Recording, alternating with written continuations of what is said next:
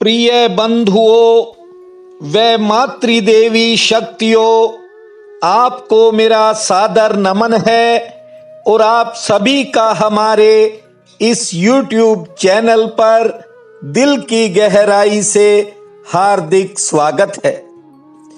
बंधुओं, मां जगदम्बा के नवरात्रि में सुने जाने वाली आज मैं आपको एक ऐसी कथा सुना रहा हूं जिसे श्रद्धा और भावपूर्वक सुनने से मनुष्य की सभी मनोकामनाएं पूर्ण होती हैं, संतान सुख में बढ़ोतरी होती है और खोई हुई प्रतिष्ठा मनुष्य को वापिस मिल जाती है। श्रीमद् देवी भागवत के अनुसार जन्मेजय ने पूछा, हे मुने, ये बताएं कि संपूर्ण कामनाओं को पूर्ण करने वाली देवी कैसे प्रसन्न होती है और अपने भक्तों को किस प्रकार हर तरह के शुभ फल प्रदान करती हैं। सूत जी कहते हैं कि राजा जन्मेजय की बात सुनकर व्यास जी प्रसन्न हो गए और कहने लगे कि हे राजन, भक्ति भाव से सुनो, आज मैं आपको वह कथा सुनाता हूं। प्राचीन समय की बात है कि सुरथ नाम के एक राजा थे। एक समय राजा सुरथ का कुछ पर्वतवासी मलेच्छों से सामना हो गया। दैववश राजा सुरथ उनसे युद्ध हार गए और जब युद्ध हार गए तो उत्साह चला गया और जब हौसला समाप्त हुआ तो वे अपने नगर की तरफ चल पड़े। वहां उन्होंने देखा कि उनके प्रधान सहयोगी शत्रु पक्ष के अधीन हो चुके हैं। राजा ने विचार किया कि मेरा दुराचारी मंत्रिमंडल शत्रु वर्ग के आश्रय में चला गया है। इन दुष्टों के प्रति मुझे कभी पूरा विश्वास नहीं करना चाहिए। बंधुओं, जीवन में कई बार मनुष्य निराश हो जाता है, हताश हो जाता है और उसे लगता है कि दुनिया में कोई भी विश्वास करने के काबिल नहीं। और यही सोच राजा सुरथ की बन गई। निराश होकर राजा अपने घोड़े पर चढ़कर अकेले ही अपने ही नगर से निकल पड़े। बंधुओं, वहां से 3 योजन की दूरी पर सुमेधा नामक एक महान तपस्वी मुनि का आश्रम था। राजा ने मन में विचार कर लिया कि अब वे निर्भय होकर मुनि के आश्रम पर रहेंगे और जंगल में फल फूल खाकर ही बड़ी पवित्रता के साथ उस आश्रम पर अपना समय बिताएंगे। यह सोचकर राजा सुरथ मुनिराज के आश्रम पर चले गए और उसी समय एक वैश्य वहां पहुंचा। उसके मन में तरह तरह के कलेश दिखाई पड़ रहे थे। राजा ने उस वैश्य से पूछा कि आप कौन हो और इस वन में अकेले कहां से आए हो। राजा सुरथ की बात सुनकर वह वैश्य अपनी कथा बताने लगा। उसने कहा कि मेरा जन्म वैश्य जाति में हुआ। लोग मुझे समाधि के नाम से पुकारते हैं। हे राजन, मेरे पास बहुत धन था और धर्म में भी मेरी पूरी आस्था थी, लेकिन मेरे पुत्र और मेरी पत्नी धन के लोभी हैं। उन दुष्टों ने मुझे कृपण बताकर घर से निकाल दिया। अपना वृतांत सुनाते हुए उस वैश्य ने राजा से कहा कि अब आप अपना भी परिचय दीजिए। राजा ने कहा कि मैं सूरत नाम का राजा हूं। एक समय डाकुओं ने मुझे महान कष्ट दिया और साथ ही जो मेरे मंत्री थे वे भी मुझे धोखा दे गए। हे वैश्य, मेरा राज्य भी चला गया और सब मंत्रियों को मैंने छोड़ दिया। अब मैं यहां इन मुनि के आश्रम पर अपना समय व्यतीत करता हूं। वैश्य ने कहा, हे राजन, असीम दुख से संतप्त मेरा मन किसी भी प्रकार से स्थिर नहीं हो रहा है। राजा ने कहा कि राज्य संबंधी मानसिक दुख के कारण मैं भी बहुत दुखी हूं। इसीलिए मैं इन मुनि के आश्रम में आया हूं। ये बहुत ही शांति प्रिय हैं और हमें शोक नाश करने की कोई औषधि अवश्य बताएंगे। व्यास जी कहते हैं कि इस प्रकार विचार करके राजा सूरत और समाधि वैश्य दोनों अत्यंत नम्र होकर शोक का कारण पूछने के लिए सुमेधा मुनि के पास गए। दोनों ने मुनिवर सुमेधा को प्रणाम किया और कहा कि आप हमारे शोक और मोह का विनाश करने के लिए कोई उत्तम ज्ञान का उपदेश कीजिए। उन दोनों की बात सुनकर सुमेधा मुनि ने कहा कि हे राजन, हे वैश्य, मैं आपको बंधन और मोक्ष का कारण बताता हूं। इस संसार के सभी प्राणियों को मोह में डालने वाली महामाया है। भगवती महामाया अनादि हैं और इन सभी कार्यों की कर्ता धर्ता भगवती जगदम्बा ही हैं।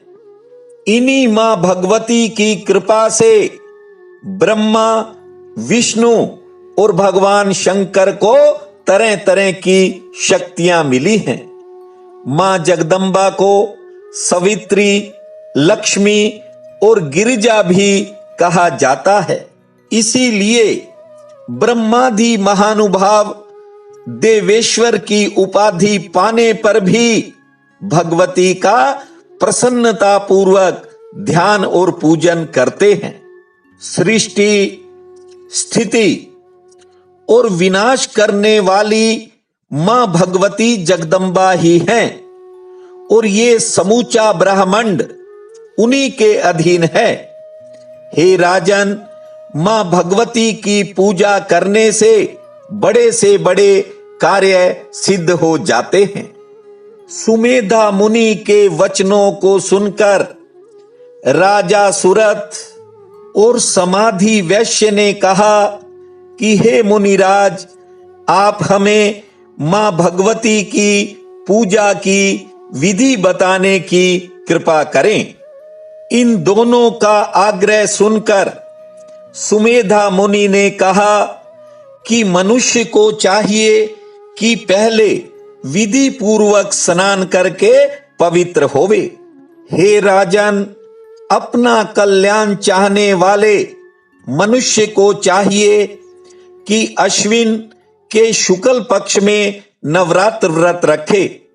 जो स्त्री और पुरुष भक्ति में तत्पर होकर नवरात्रि के व्रत रखता है उसका मनोरथ कभी विफल नहीं रहता। अश्विन शुक्ल पक्ष के उत्तम नवरात्र को जो भक्ति भाव के साथ करता है उसकी संपूर्ण कामनाएं सिद्ध हो जाती हैं।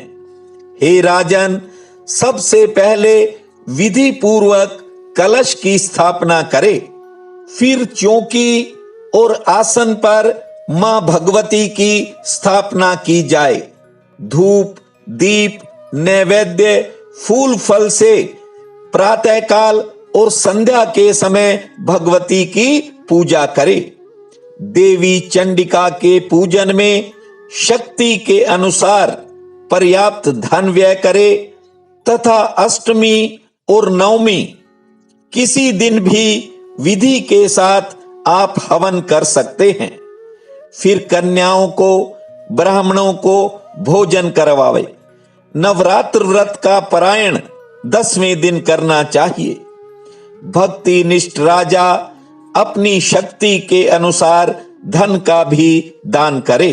हे राजन, तुम इस विधि के अनुसार भगवती चंडिका की आराधना करो, फिर तुम्हारे समस्त शत्रु परास्त हो जाएंगे और आपको सर्वोत्तम राज्य वापिस मिल जाएगा। सुमेधा मुनि ने कहा कि हे वैश्य, आप भी इसी विधि से भगवती महामाया की आराधना करो, क्योंकि ये विश्व की अधिष्ठात्री हैं। व्यास जी कहते हैं कि समाधि वैश्य और राजा सुरत बड़े दुखी थे, लेकिन उन्होंने मुनि की बात को बड़े ध्यान और बड़े भाव से सुना। सुनने के बाद दोनों ने मस्तक झुका करके मुनि को प्रणाम किया। दोनों ने कहा कि हे मुनिराज, आपके मुखारविंद से निकली हुई वाणी ने हमें पवित्र कर दिया है। हे मुनिवर, हम दोनों व्यक्ति संसार में बहुत दुखी थे। आपके आश्रम पर आते ही हमारा खेद दूर हो गया। हे मुनिवर, हमारी एक और प्रार्थना है कि हम आपके श्रीमुख से देवी का नवाक्षर मंत्र सुनना चाहते हैं, जिसे जप कर हम अपने उपवास में अपनी मनोकामनाओं को पूरी करेंगे। व्यास जी कहते हैं कि इस प्रकार राजा सुरत और समाधि वैश्य के प्रार्थना करने पर सुमेधा मुनि ने ध्यान बीज के साथ नवाक्षर मंत्र का उन्हें उपदेश दिया और वे दोनों एक श्रेष्ठ नदी के तट पर चले गए। उन्होंने एक निर्जन स्थान पर अपना आसन लगा दिया और वे एकाग्रचित होकर बैठ गए और शांत भाव से मां भगवती को याद करने लगे। बंधुओं, राजा सुरत और समाधि वैश्य ने 2 वर्ष तक लगातार भगवती की तपस्या की और एक दिन उनका व्रत समाप्त होने के समय भगवती उनके स्वप्न में दर्शन देने के लिए आई। स्वप्न में देवी के दर्शन पाकर राजा सुरत और समाधि के मन में प्रीति की धारा उमड़ पड़ी।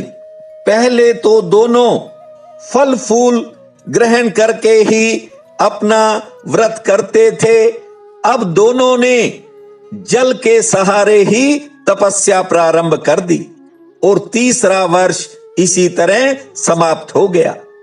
कठिन तप करने पर भगवती ने राजा सुरत और समाधि वैश्य को फिर प्रत्यक्ष रूप से दर्शन दिए। देवी ने कहा कि आपके मन में जो पाने की इच्छा है वह मांगो। अब देवी प्रत्यक्ष रूप में उनके सामने खड़ी है और देवी ने कहा कि मैं आपकी तपस्या से संतुष्ट हो गई हूं। देवी की बात सुनकर राजा सुरत का सर्वांग प्रसन्नता से खिल उठा।